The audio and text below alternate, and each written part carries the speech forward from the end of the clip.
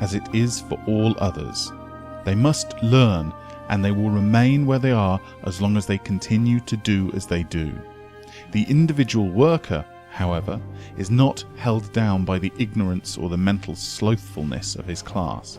He can follow the tide of opportunity to riches, and this book will tell him how.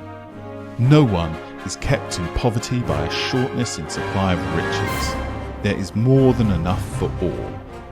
A palace as large as the Capitol at Washington may be built for every family on earth from the building materials in the United States alone. And, under intensive cultivation, this country would produce wool, cotton, linen and silk enough to clothe each person in the world finer than Solomon was arrayed in all his glory, together with food enough to feed them all luxuriously.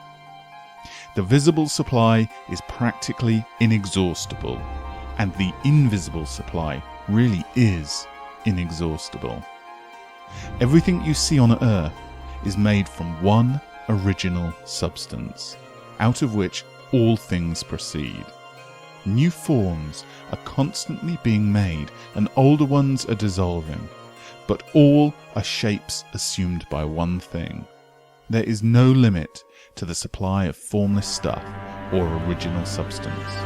The universe is made out of it, but it was not all used in making the universe. The spaces in, through and between the forms of the visible universe are permeated and filled with the original substance, with the formless stuff.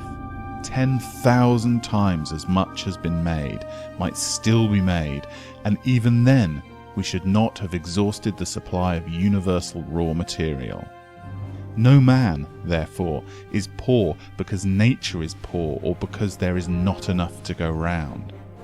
Nature is an inexhaustible storehouse of riches. The supply will never run short. Original substance is alive with the creative energy and is constantly producing more forms. When the supply of building materials is exhausted, more will be produced. When the soil is exhausted so that foodstuffs and materials for clothing will no longer grow upon it, it will be renewed, or more soil will be made.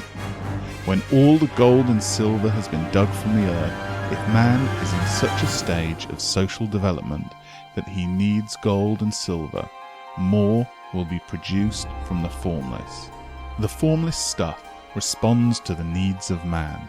It will not let him be without any good thing. This is true of man collectively. The race as a whole is always abundantly rich, and if individuals are poor, it is because they do not follow the certain way of doing things which makes the individual man rich. The formless stuff is intelligent. It is stuff which thinks. It is alive and is always impelled towards more life. It is the natural and inherent impulse of life to